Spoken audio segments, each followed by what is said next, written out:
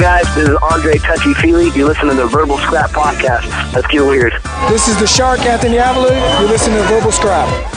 This is Justin, the Raw Deal Basement. You're listening to Verbal Scrap. This is Nan Fan, and you're listening to the Verbal Scrap Podcast. I'm a fighter. That's what I'm going to do. I'm going to go in there. I'm going to fight. Hey, this is Dave Hirschbein, MMA Gold, and you're listening to the Verbal Scrap. I've worked so hard to do what I got to do in here. I took so much blood for the sport. I took so much pain, everything for the sport. Hey, y'all, this is Zeke Johnston.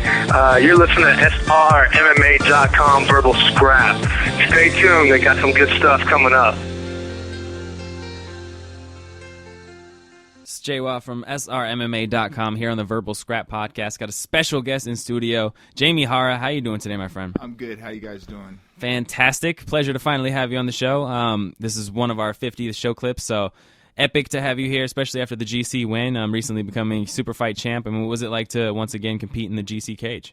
I always enjoy fighting for a Gladiator challenge, especially because they have like fights close to home, and I always get to fight in front of all my fans. So it's always a pleasure to fight for them. That's something I was going to ask you about throughout your career, obviously getting your start in Gladiator Challenge. What's it like to, keep coming full circle with those guys? You've been with them since you were younger and throughout your entire career. Mainly, I enjoy just fighting in my own backyard, and because all my fans are here, so, it's always nice to do that. And that's a big part of the reason why I always fight for GC is because I get to fight in my backyard.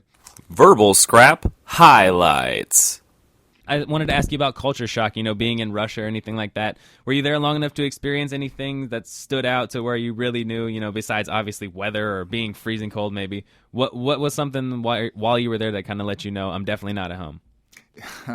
The people, nobody spoke English there. It was hard to communicate with anybody. Our money was no good there. We try to buy stuff, they wouldn't even accept our money. We tried to exchange it. It was really hard. It was rough with nobody speaking English. We had no money to buy anything, so we were kind of like, we were at the mercy of the people we were staying with. So, Verbal Scrap Highlights. That's the thing about fighting. It's not a job that you go to and then when you're done training, you come home and it's done. No, it's 24 hours a day. You have to train. You have to eat right. You have to go to bed at a certain time.